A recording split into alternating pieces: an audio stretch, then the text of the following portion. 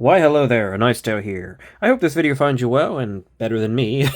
This is take like three, and I'm just trying to say that I'm going to be doing a slight change up. I've been a little bit lax on some of the videos. I've been kind of sick. My eyes, in particular, have been having issues. I had pink eye, and basically I've had it for like over a month. So seeing is a problem, which I do actually need to do for this. So, yeah. However, I think I'm going to start doing one sort of longer form content of video maybe every other day and shorts every day for a little while until I build up, I don't know, enough subs or viewers to start getting some knives sent in. I don't want to run through everything that I have, and I'm pretty close. So, today I'm bringing you a summary of a knife. I have done a full review on. The full review is quite a bit longer, but you can check that down below. It will be linked in the description.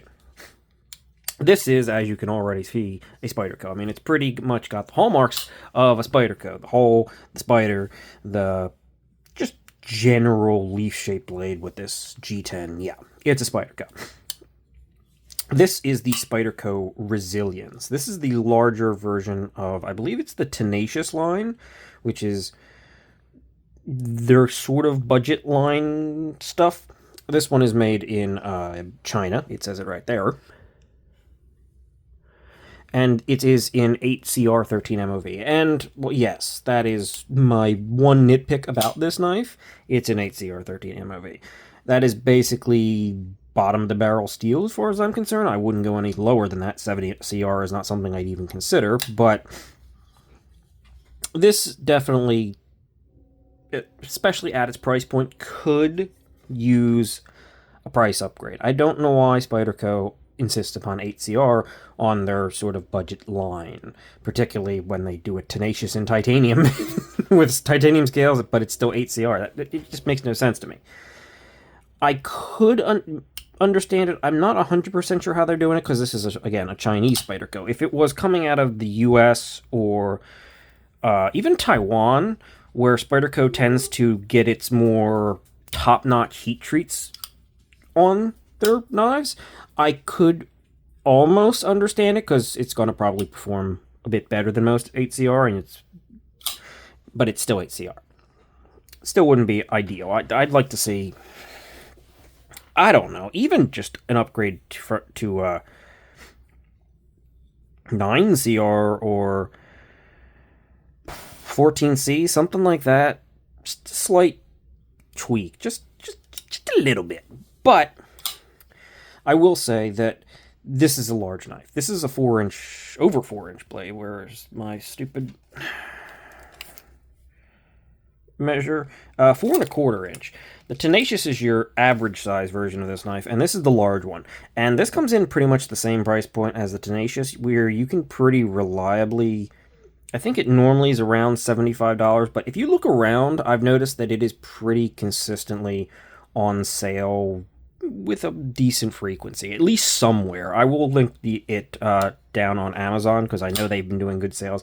I got this one for like $60. I've seen them down even lower than that at different points. And, of course, with the timing and the Black Friday and the Cyber Monday and the Christmas and everything, I'm sure if you're looking, you can probably get this big pseudo pocket sword. Oh, that's not even a pseudo pocket sword. It's pretty close to a pocket sword. At a very reasonable price. Now, I want to mention that on top of that, while the $70 plus-ish price is at the very close to the limit of my budget range, I'm still going to say this one is definitely recommendable. It is very nicely, it came with a very good edge, very nice thin, full flat grind. The geometry is good. I actually kind of like this little subtle, if you actually look at it, it's got a little bit of a cant downwards at the very edge there. Tip axis is great. Sharpener control and plunge grind. It's typical Spyderco. They run their thing all the way back and then just have it drop straight down, which is fine. You can cut in the sharpening tool, or you don't even have to. This kind of hits best of the both worlds. It's not your standard dropping plunge, so you don't really have to worry about smile, but you kind of are going to get one. but you can definitely do something about it if it bothers you. But at the same time, you have it go all the way back, so there's no room for something to get caught in when you're cutting. Like I said, kind of the best of both worlds.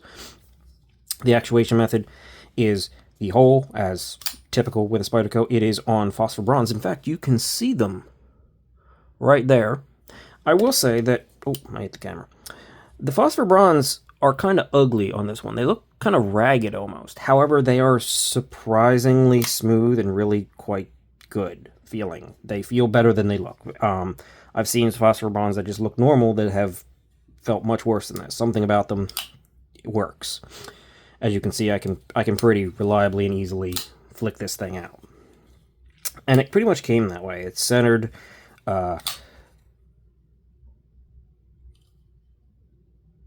I don't believe that is play. That is just a little tiny bit of flex in the blade. I have had to Loctite it once, and it does seem to be becoming a little bit...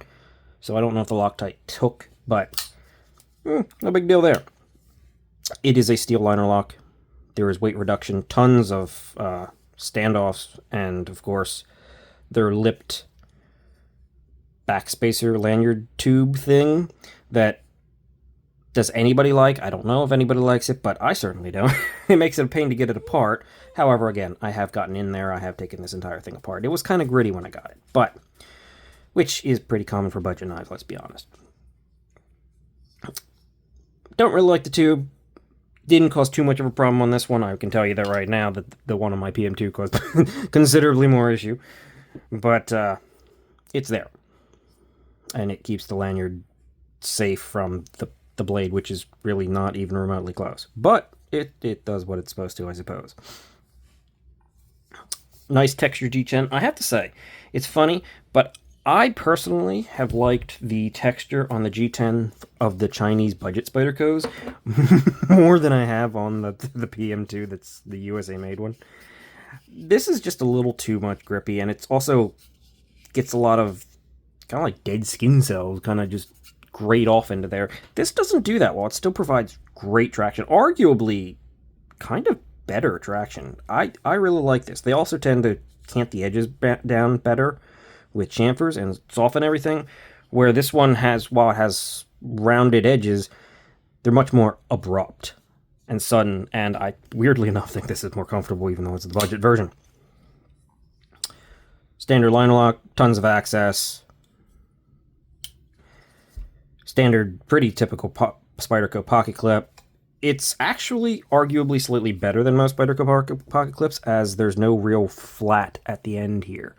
It's mostly continuous rise, and it works. It's a little tight, but it's probably, well, it's better than the one on my PM2, again, which is kind of weird. The old budget Emphasis had a wire clip, but this one has a 4-position pocket clip.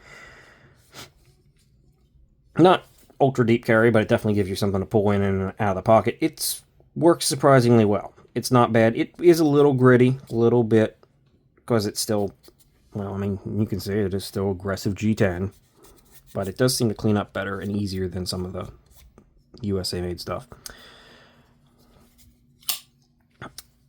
I'm still not 100% sure how I feel about seeing and getting direct access to the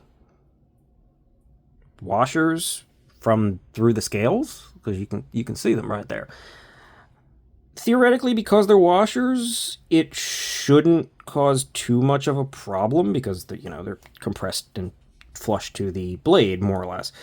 However, it is, of course, going to accumulate gunk in there. So, I mean, these are useful in general, just maybe make friends with them. That's all I have to say about that. Honestly, the fit and finish and quality on this knife not only beat hands down, like this was not a particularly good knife. This one came great.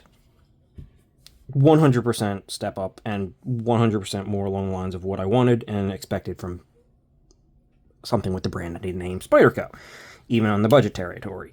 Is it a little bit expensive for the steel? Yes. Do you see it on sale enough to make it worthwhile still? Yes, I've also heard, and you can see, there have been a number of people who, on my videos that I've done on this one previously, mentioned an S35 or S45 variant of this knife. I know there's a lightweight variant, but I haven't personally seen the S35 regular variant. Yeah, if it's executed anything like this one, and considering the comments that I've heard about people having it, say it's pretty darn great, that's totally an option too. This is all around good. The jimping's good. It's comfortable. It's ergonomic. It's everything I wanted from a more budget-oriented Spyderco that, other than the steel. So, yeah, the resilience is a pretty darn good knife. I really have been enjoying this one, and again, it's surprisingly comfortable and surprisingly, mostly surprising because the emphasis was not great. In fact, the emphasis is one of those knives that had much more attractive, cleaner looking bronze washers in there, and yet the action is not nearly as good. I can now flick it, but yeah. And edge, 100%. Much better on that one. Even after I sharpened the other one, it's still not that great. I will say, that's the other thing. This one has held its edge better than the 8CR on the emphasis. I don't know if they've improved it, but just that's an anecdotal thing. If you have had 8CR from Spyderco in the past that you were unimpressed with, I'm not saying be thrilled with that steel, but maybe give it another chance. This one has actually done a lot better, just in my opinion. So I think I'm going to end things here and say resilience is really good, and I really like it. So that'll conclude the summary. Thank you for checking it out. I'll see you in the next one, and have a great day.